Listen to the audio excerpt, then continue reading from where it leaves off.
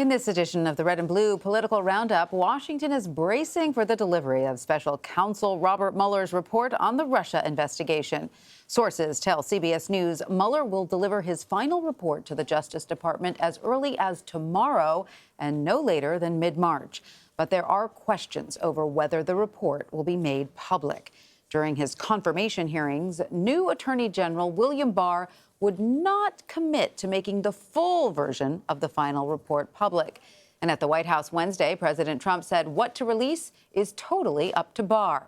Sean Sullivan is a national political reporter for The Washington Post. He joins me now. Hi, Sean. The Mueller report is expected to be released soon. It, of course, will make waves. What have you been hearing from lawmakers about their expectation for when it hits? Well, I think right now a lot of lawmakers have questions on two fronts. One, there still seems to be a lot of uncertainty about when exactly this report will be released, either privately in a private setting to people at the Justice Department and to members of Congress, or publicly. And for Democrats, that's the big question right now, is they want to see as much transparency as possible. They want as much detail from this report, whatever it does find, to be released publicly. But the question is, what will the protocol be? What will the Justice Department do? And indeed, we're already seeing Democrats show signs of concern that there's not going to be enough transparency. So ultimately, we could be seeing a clash between Democratic members of Congress and the Justice Department in terms of how much information is actually released to the public. Okay, so let's say the full report is not made public. What can we expect from both parties in Congress? Well, for Democrats right now, particularly in the House where they are in power, you could see them issue a subpoena or subpoenas to try to get this information. Indeed, we've already seen some Democrats talk up that possibility, talk up that prospect. On the Republican side, it'll be really telling to see how they react to this report. Are they going to, and again, a lot of it depends on what's actually in this report, but Are they going to try to discredit it? I mean, along the way, we've seen the president try to discredit the Mueller investigation to him, or are they going to point to this report and say, look, this is an even-handed and thorough investigation, and we don't undermine the credibility of it. So it'll be interesting to see how they react, how the president, of course, himself reacts to this, and whether there's any daylight in between the two. But from the Democratic perspective, it looks like their interest right now is trying to use their power as much as possible to try to get as much of this report out there as possible. And Sean, there are several House-led investigations also underway into the president and the Trump administration. What impact could Mueller's report have on them? Yeah, you look at the House Intelligence Committee, which has embarked recently on what looks like it could be a pretty sweeping investigation involving, financial issues related to the president. We'll have to see what this report actually says. We could see Democrats in the House use certain findings in this report to jump off as sort of jumping off points to pursue new lines of inquiry. If they find things that the House committees have been already looking at, perhaps they will decide to shift their focus elsewhere. So this certainly could have an impact on what happens on the Hill. And I think, the bigger signal here is that we shouldn't expect Democrats, particularly in the House, where they control what happens, to stop their probes or stop their investigations or to point to this report and say, well, that's the end of it. I think we will continue, regardless of what we see, to see Democrats continue to use their powers to investigate the president. Sean, President Trump's former personal attorney and longtime fixer Michael Cohen will testify on Capitol Hill next week, as you know. What do you think lawmakers want to hear from him, especially Republicans? I mean, they have repeatedly said, Michael Cohen's a liar, so why do we want to hear anything he has to say? Will they have questions for him? Yeah, I mean, I think we'll see, different lines of questioning from both Democrats and Republicans. Are Republicans going to be discrediting him? Are they going to be using this as a means of defending the president, of saying, that the president has been being treated unfairly in terms of what people have said about him, in terms of how these investigators have looked at him? And yeah, what will Democrats do? That's another big question that comes out of this. These hearings, a lot of what we've seen so far, far this year. Some of them have been, pretty tense. We've seen confirmation hearings that have been pretty tense.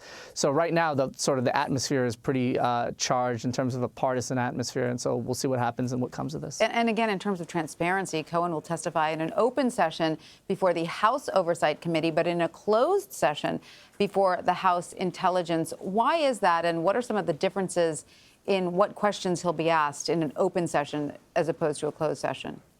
Well, a lot of times, especially when it comes to the Intelligence Committee, there are things that are classified or not intended to be made public or that have not been released publicly. So we'll see what comes of that. And, there may be more sensitive things that they decide to address privately versus publicly. But again, I think a lot what Democrats want to see is a lot of transparency, when it comes to all of these these hearings and particularly when it comes to the Mueller report. So we'll see what happens. We'll see what, what reaction we get from lawmakers about what comes of the closed door hearing. Sometimes we'll see lawmakers, react to these things even though they cannot actually disclose what's being said behind closed doors. Right. They give little hints.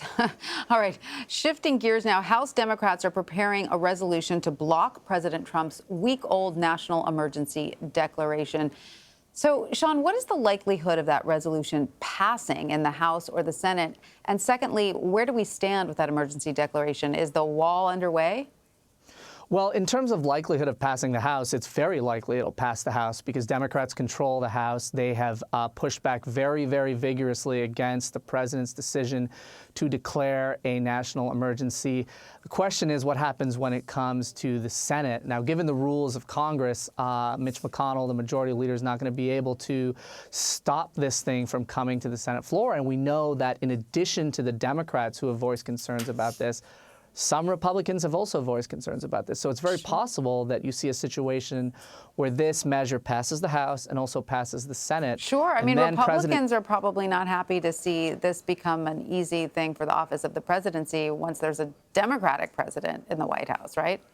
Absolutely. And I heard that from several Republican senators leading up to Trump's decision to declare this emergency. They said, look, this could set a dangerous precedent in the future. If there's a Democratic president who wants to take a step on an issue that we don't agree with, they might be able to point to this and say, well, hey, President Trump did it, so we might do it. They also expressed concerns about the lawsuits and the legal trouble that this decision might face. And indeed, we're already seeing this get tied up in court. We're already seeing these states come together, file a lawsuit. So it's not as if this national emergency is causing some immediate action. It's already being challenged legally, and these legal challenges could drag on. And this is something that Republicans have been worried about for a while. So we could see a situation where the president has to veto this measure if it passes the House, as is expected, and if it also passes the Senate. And so in terms of the funding to build that wall, is the wall then full speed ahead, or we have to wait for these lawsuits to be resolved? We're going to have to wait for these lawsuits to be resolved, and this is what Republicans express worry about. Some of them said, look, this could be a situation that's similar to the travel ban that President Trump proposed, and this could be something that is not, ultimately fully decided anytime soon. And if the intent here on the part of the president is to swiftly move ahead, swiftly get funding to construct this wall, this might not be the most prudent way to do it. That's the argument that a lot of Republicans have made. Now, the question is, are they actually going to vote to rebuke this president, to say that he doesn't or shouldn't have the power or shouldn't have done this? And that would be a pretty extraordinary step because it's politically risky for a lot of these Republicans. They could face blowback from Trump. They could even face a primary challenger. So there's a reason why, Republican leaders on Capitol Hill did not want this to come to a head, did not want to even sort of have to face this vote. And now it could be a really, really tricky vote for them. It's one thing to criticize the president's action. It's another thing to go on record as voting against it. All right, Sean, finally, in Campaign 2020 news, you have some reporting on Senator Bernie Sanders and his second presidential campaign. You write he's off to a strong start, but he has some big challenges ahead. What more can you tell us about that?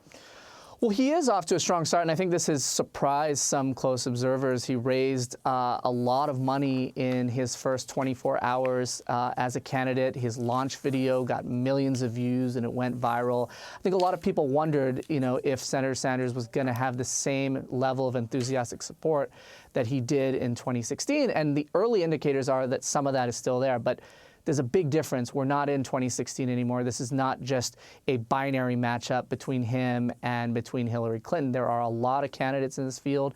It's a very diverse field, and a lot of them are talking about some of the issues that he's been talking about, that he has tried to distinguish himself on, things like Medicare for all, addressing climate change aggressively, and issues like that. And so it might be harder for him to kind of find a way to distinguish himself in this field when a lot of them are championing the same issues that he's talked about. So, you know, an interesting start for him, a promising one, but there are a lot of challenges for him ahead, just given how big this field could be, and it could grow even bigger in the coming weeks and months. Absolutely. But, you know, voters looking for the progressive candidate have a lot of choice this time around.